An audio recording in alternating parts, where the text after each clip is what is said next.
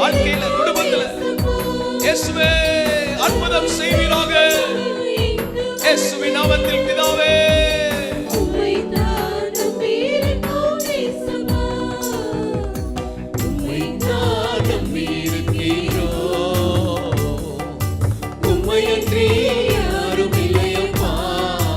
எல்லாரும் உம்மை தான் நம்பி இருக்கிறோம்.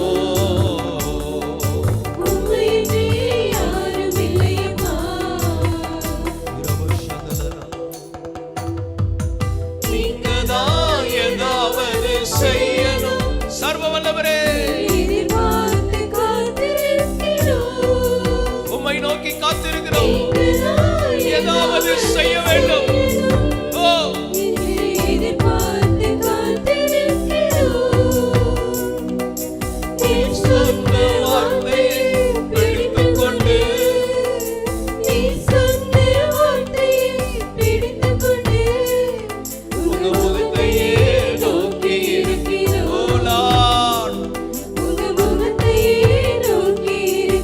தேசத்திற்கு இறங்கும் ஆண்டவரே,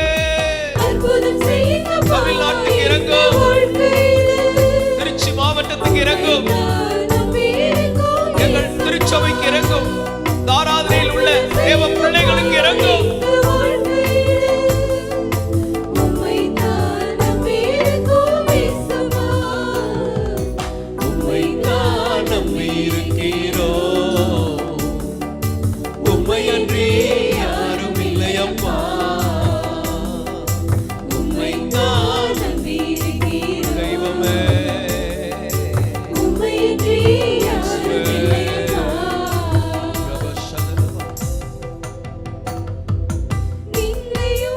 அவமானமும் சகித்துக் கொண்டு உங்க சட்டை நிழலிலே தெய்வமே, ஊழியக்காரர்களுக்காக சுகவீனமாய் ஆஸ்பத்திரியில் இருக்கிற, ட்ரீட்மெண்ட்ல இருக்கிற, ஆக்சிஜன் தேவையோடு இருக்கிற, பணம் தேவையோடு இருக்கிற தேவனே, ஒரு அற்புதத்தை எதிர்பார்த்து கொண்டிருக்கிறவர்களுக்கு இயேசுவின் நாமத்திலே அற்புதங்கள் நடப்பதாக.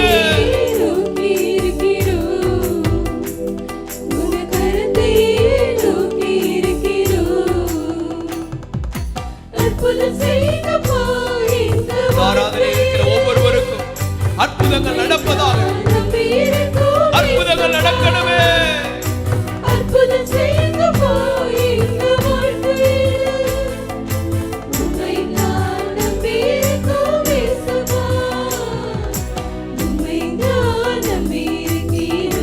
தெய்வமே,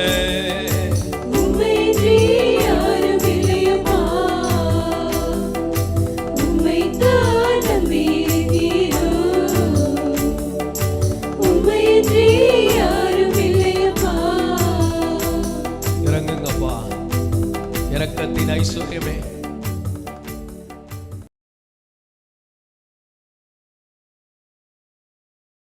தேவனுடைய வார்த்தைக்கு நேராய் நாம் கடந்து செல்வோம். வெளிப்படுத்தல் 2ஆம் அதிகாரம் 26ஆம் வசனத்தை வாசிக்க நாம் கேட்போம். ஜெயம் கொண்டு முடிவு பரியந்தம் என் கிரியைகளை கைக்கொள்ளுகிறவன் எவனோ, ஜெயம் கொண்டு முடிவு பரியந்தம் என் கிரியைகளை கைக்கொள்ளுகிறவன் எவனோ அவனுக்கு நான் என் பிதாவினிடத்தில் அதிகாரம் பெற்றது போல, நான் என் பிதாவினிடத்தில் அதிகாரம் பெற்றது போல ஜாதிகள் மேல் அதிகாரம் கொடுப்பேன். ஜாதிகள் மேல் அதிகாரம் கொடுப்பேன். பிதாவினிடத்தில் இயேசு அதிகாரம் பெற்றது போல ஜாதிகள் மேல் அதிகாரம் கொடுப்பேன்.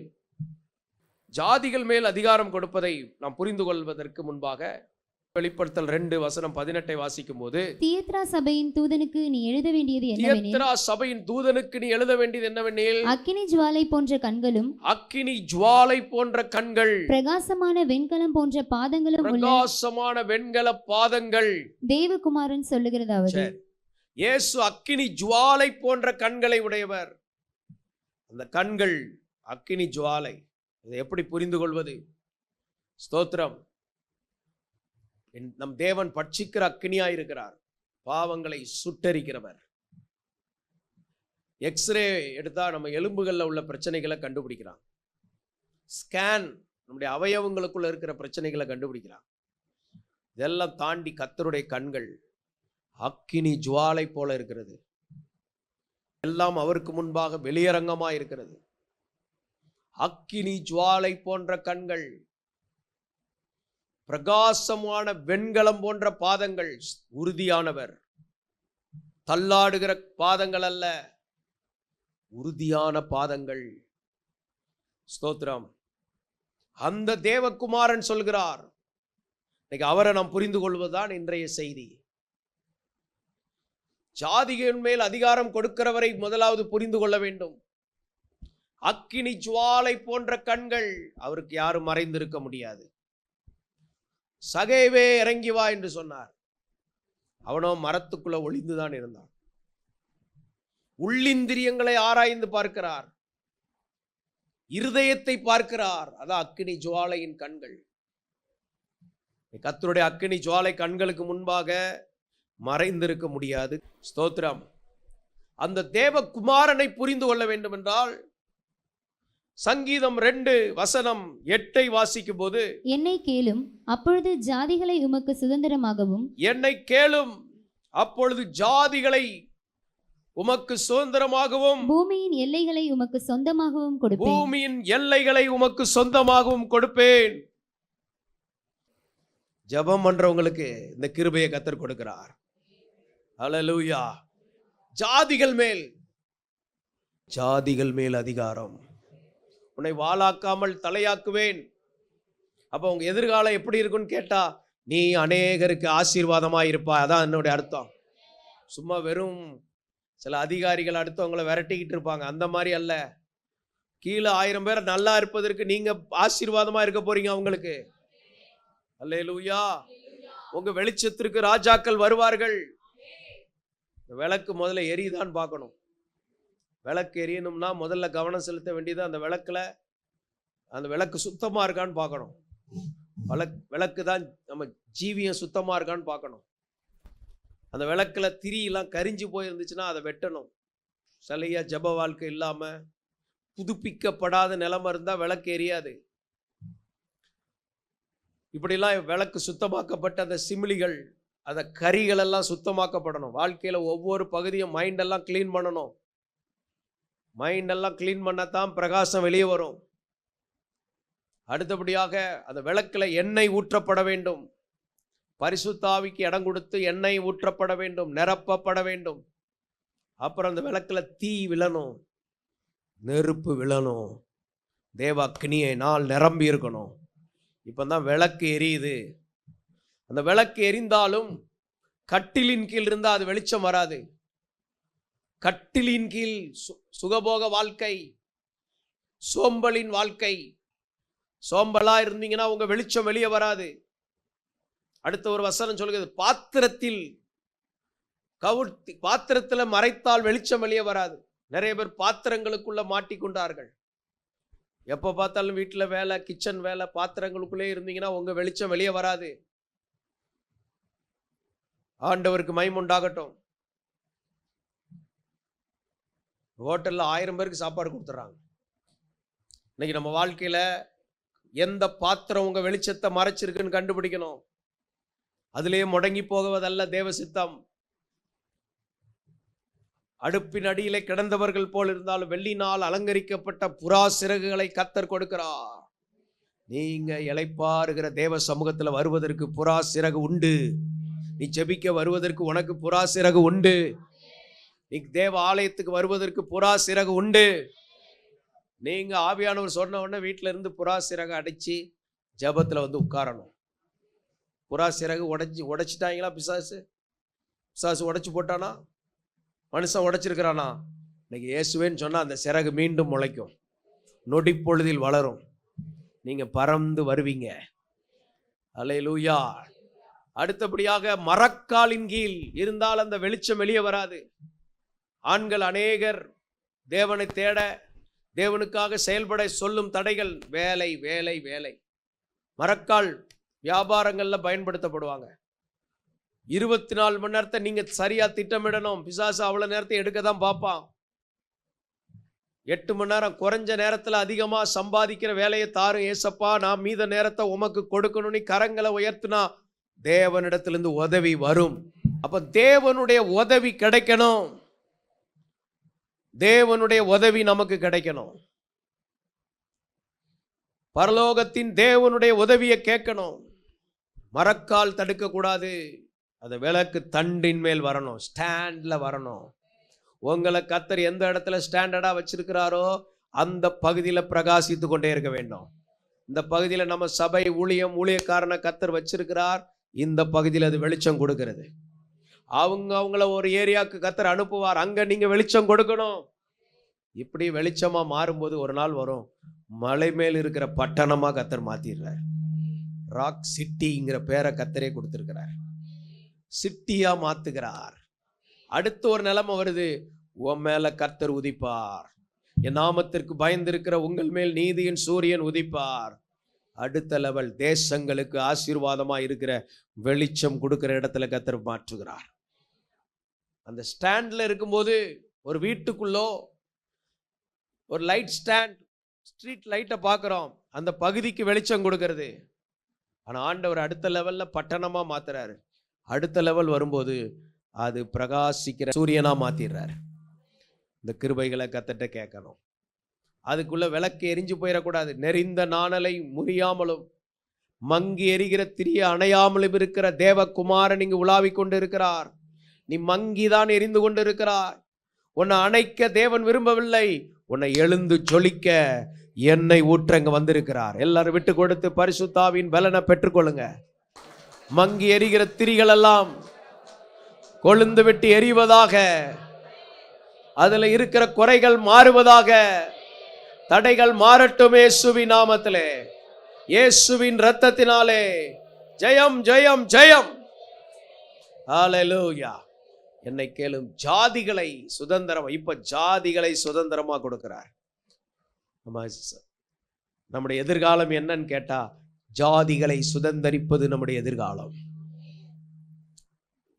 உன்னுடைய சந்ததி பகைஞருடைய வாசல்களை சுதந்தரிப்பார்களா? அநேக நன்மைகளை சுதந்தரிக்க கர்த்தர் உங்களை எழுப்புகிறார். நீங்க சுதந்தரிக்க போகிறீங்க. பக்கத்துல இருக்கிறவங்க பார்த்து சொல்லுங்க, நீங்க சுதந்தரிக்க போறீங்க. அதோடு மட்டுமல்ல, எல்லைகளை சொந்தமாக்குவது. எல்லைகளை கர்த்தர் விஸ்தாரமாக்கி கொடுக்கிறார். எல்லைகள் விஸ்தாரமாகிறதுக்காக கர்த்தரை ஸ்தோத்திரம் பண்ணுங்க. ஹல்லேலூயா.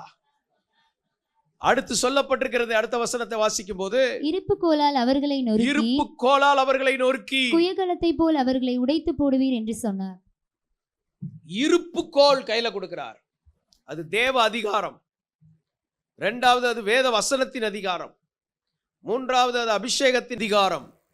நாலாவது அழைப்பின் அதிகாரம். தேவ பிள்ளை என்கிற அதிகாரம். ஒரு தெய்வீக அதிகாரத்தை கர்த்தர் கொடுக்கிறார்.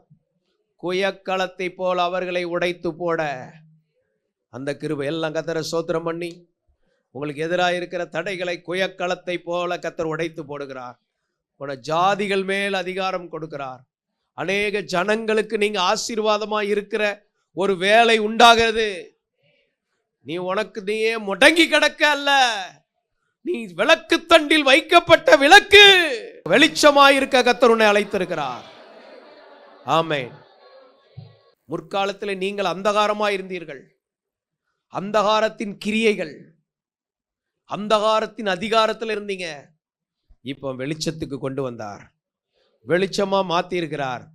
அந்தகாரத்தில் இருக்கிறவர்களை வெளிச்சமாய் மாற்றி அந்தகாரத்தில் இருக்கிறவர்களுக்கு வெளிச்சமாய் மாற்றுகிறார். அந்தகாரத்தில் இருந்த உன்னை வெளிச்சமாக மாற்றி இப்பொழுது அந்தகாரத்தில் இருக்கிறவர்களுக்கு உன்னையே வெளிச்சமாக கர்த்தர் அனுப்புகிறார். எல்லாம் எல்லாம் எல்லாம் ஆவியில பெற்றுக்கொள்ளுங்க அந்த அபிஷேகத்தை. ஆண்டவரே, இருண்ட நிலைமையில் உள்ள ஜனங்களுக்கு நான் வெளிச்சமா இருக்க பலனடைய பண்ணும் இயேசுவின் நாமத்திலே, பலனடைய பண்ணும் இயேசுவின் இரத்தத்தினாலே. ஆமென். ஜாதிகள் மேல் அதிகாரம். அவங்கவுங்க வியூல யோசிங்களேன். வேலை பார்க்குறவங்க உங்களை அநேகருக்கு ஒரு சூப்பர்வைசரா மாத்தலாம், அது ஒரு அதிகாரம் தானே. இன்னும் மேனேஜரா மாத்தலாம், அது ஒரு அதிகாரம் தானே.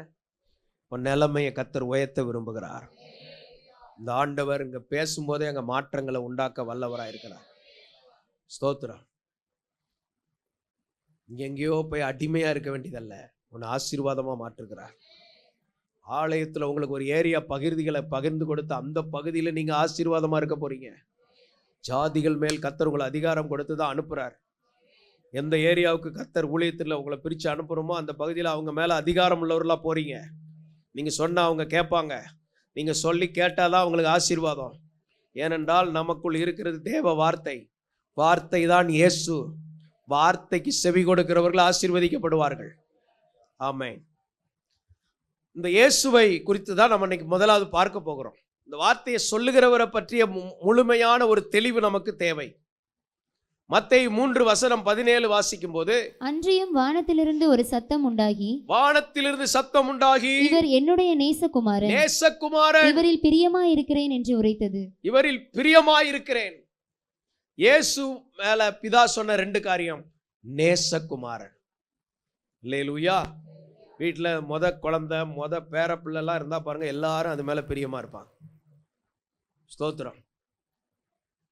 சில வீடுகளில் மனுஷன் மேல பிரியம் இல்லாம நாய் பூனை அதுதான் அன்பா இருக்கிறது. ஸ்தோத்திரம். ஆனா அன்னைக்கு அங்க பரலோகத்துல சத்தம் உண்டாகுது, என் நேசகுமாரன். நம்மெல்லாம் ஆண்டோடைய பிரியமா, அவருக்கு பிரியமா மாறணும். இவரில் பிரியமா இருக்கிறேன்.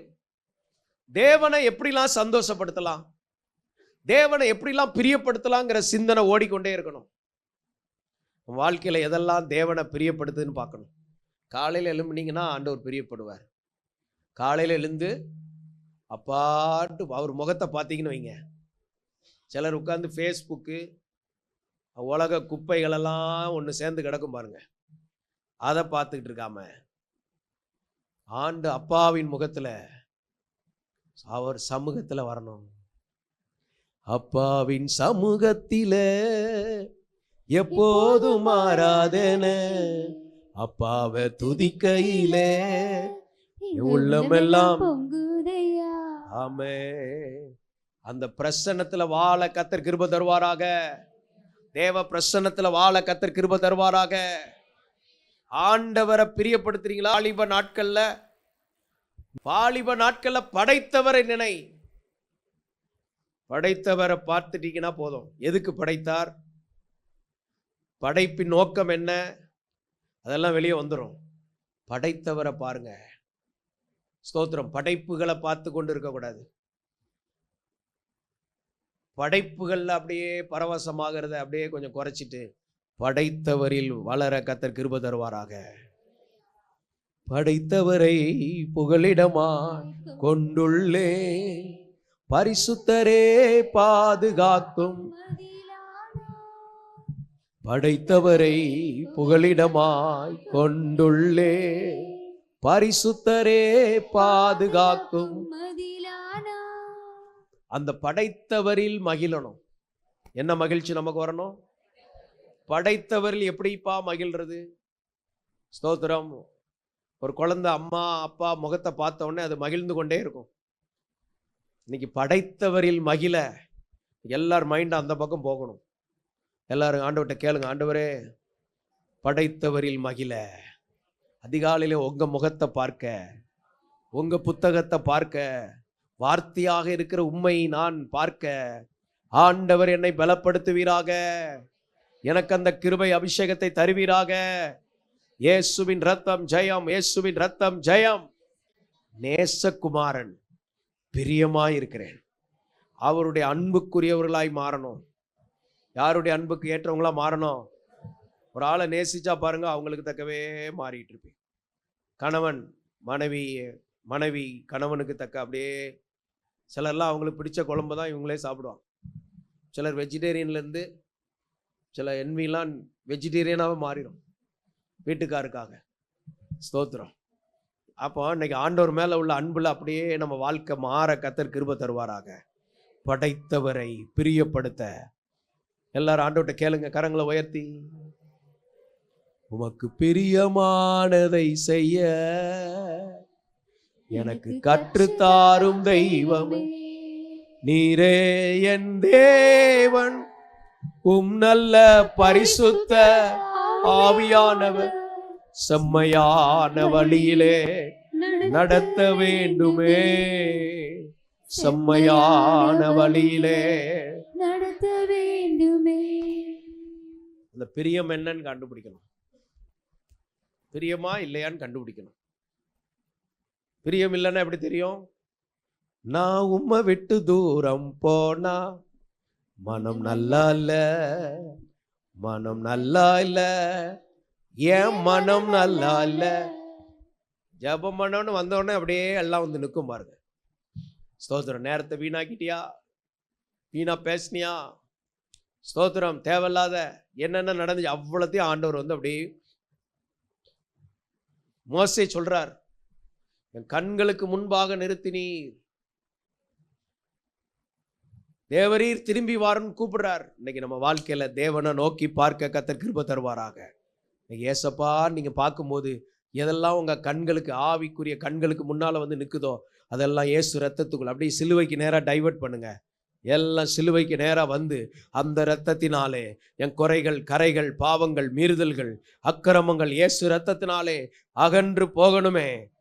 தேவ ஜனங்கள் விடுவிக்கப்படணுமே. இரக்கம் வேண்டும். ஆமென். அவருடைய நேசத்துக்கு உரியவர்களாய் நம்ம காணப்படணும்.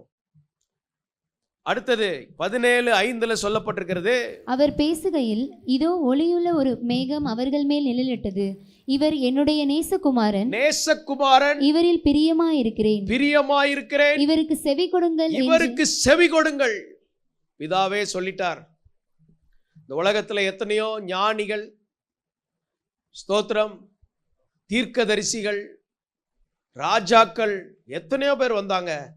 ஆனா பிதாட்டிருந்து வந்த சத்தம், இவர் என் நேசகுமாரன், மை beloved son, இவரில் பிரியமாயிருக்கிறேன், இவருக்கு செவி கொடுங்கள்.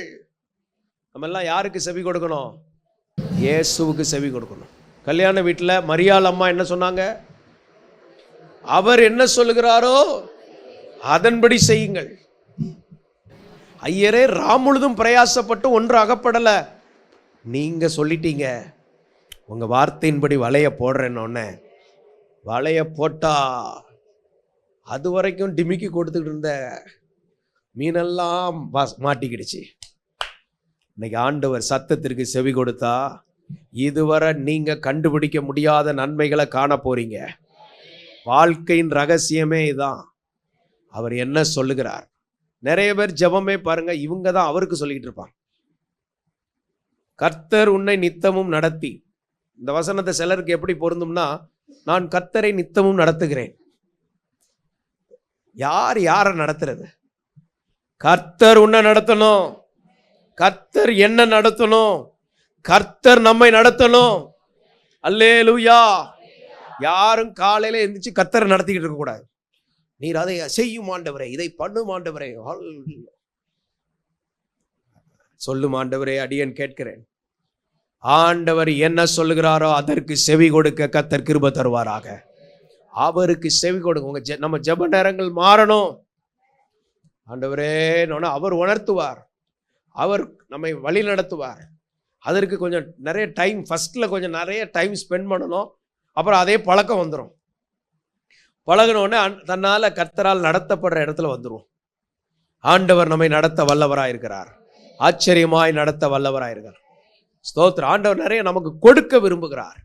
அவரால் பெற்றுக்கொள்ள பழகணும். நாம எதையாவது உடனே செய்யக்கூடாது. நீர் தான் உதவி செய்யணும்னு காத்திருந்தா கர்த்தர் உதவி செய்ய வல்லவராயிருக்கிறார். செவி கொடுங்கள். இந்த வசனம் செவி கொடுங்கள். அப்ப என்ன சொல்றீங்க? கர்த்தர் என்ன சொல்லுகிறார் என்பதை கவனிக்கிறது ரொம்ப முக்கியம். செவி கொடுக்கிறவர்களா இருக்க வேண்டும். 27:54 வாசிக்கும் போது, 100க்கு அதிபதியும் அவனோடு கூட இயேசுவை காவல் காத்தவர்களும் பூமி அதிர்ச்சியையும் சம்பவித்த காரியங்களையும் கண்டு மிகவும் பயந்து, மெய்யாகவே இவர் தேவனுடைய குமாரன் என்றார்கள். இவர் தேவனுடைய குமாரன். ஸ்தோத்திரம். அங்க பாருங்க என்ன நடந்துச்சு. இயேசுவை காவலில் வைத்தவர்களும் பூமி அதிர்ச்சியையும் சம்பவித்த காரியங்களையும் கண்டு மிகவும் பயந்து. அப்ப தேவகுமாரன்னா என்னன்னா, அங்க ஒரு அதிர்ச்சி உண்டாகுது. பவுலும் சீலாவும் ஜெபம் பண்ணி பாடி துதிக்கிறாங்க. ஒரு அதிர்வு உண்டாகிறது.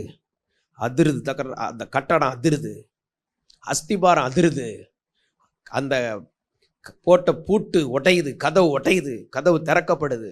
இவங்களை தொழுமரத்தில் மாட்டியிருந்தாங்க. அந்த அதிர்வு அந்த நுகத்தை உடைக்குது, அதிர்வு வருது. இவர்களோடு சிறையில் இருந்தவங்கெல்லாம் விடுவிக்கப்படுறாங்க. இன்றைக்கு தேவ பிள்ளையே, உனக்குள்ள தேவகுமாரன் இருக்கிறார் என்றால் ஒரு அதிர்வை உண்டு பண்ணுகிற நபரா கர்த்தர் நம்மை மாற்றுகிறார். அதிர்வுல கர்த்தர் உங்களை விடுவிக்கிறது மட்டுமல்ல, உன்னோடு இருக்கிறவர்கள் விடுவிக்கப்படுவார்கள். உங்க வீட்டில் இருக்கிறவர்கள் விடுவிக்கப்படுவார்கள். உங்க எல்லையில இருக்கிறவர்கள் விடுவிக்கப்படுவார்கள். அவர்கள் கூடியிருந்த இடம் அசைந்தது. ஒரு தேவ பிள்ளை இருக்கிற இடம் அசை உண்டாகும். ஏதோ ஒன்றில் கர்த்தர் ஒரு அசைவை உண்டாக்குவார். உங்களுக்கு எதிராக சில தடை இருக்கலாம், போராட்டம் இருக்கலாம், பிடிச்சு கொண்டு ஜெயிலில் கொண்டு போட்ட அங்கே உட்கார்ந்தாலும் ஜெபம் பண்ணி பாடி துதித்த போது அந்த இடம் அசைந்தது. இன்னைக்கு அசைவை உண்டு பண்ணுகிற கர்த்தர் நம்மோடு இருக்கிறார். எத்தனை பேர் விசுவாசிக்கிறீங்க? அல்லேலூயா, அல்லேலூயா. இந்த இயேசுவோட தான் இணைந்து இருக்கணும், இந்த பவர்ல தான் இருக்கணும். இதான் மாற்றத்தை கொண்டு வருவீர்கள். நம் மூலம் கர்த்தர் கிரியை செய்வார். இந்த தேவகுமாரன் என்றார்கள். இங்க கூட இயேசு இருக்கிறார். இந்த குடும்பத்தோடு கர்த்தர் இருக்கிறார். இந்த தம்பியோடு கர்த்தர் இருக்கிறார். இந்த சகோதரியோடு கர்த்தர் இருக்கிறார். இந்த ஐயாவோட கர்த்தர் இருக்கிறார். இந்த சபையோடு கர்த்தர் இருக்கிறார். இந்த ஊழியக்காரனோடு கர்த்தர் இருக்கிறார் என்பது வெளிப்படுகிறது. அதுலதான் எழும்பணும் தேவ பிள்ளையே. ஜெபம், பரிசுத்த பிதாவே, எங்களுக்கு கொடுத்த வார்த்தைகளுக்காக ஸ்தோத்திரம், இந்த கிருபைகளுக்காக ஸ்தோத்திரம், இந்த ஆவி நிறைவுக்காக ஸ்தோத்திரம். என்னும் ஜெபங்களுக்கு வராதவங்களும் ஜெபத்துல வர உதவி செய்யுங்க ஆண்டவர். எங்களை பலப்படுத்துங்க ஆண்டவரே. இயேசுவின் ரத்தம் ஜெயம், இயேசுவின் ரத்தம் ஜெயம். கர்த்தர் மகிமைப்படுவீராக. ஆசீர்வதிங்க இயேசுவின் நாமத்தில் பிதாவே, ஆமென். Rock City AG Church. Service timing Sunday morning 5 a.m., 7 a.m., 9 a.m. and 11 a.m. Evening 6:30 p.m. Branch Church AG Blessing Center. Sunday morning service 9 a.m. near Ariyamangalam EB Office Street, Thidir Nagar Road.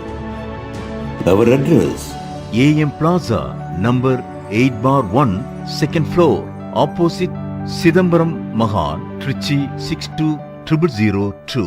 Cell phone 9976607364.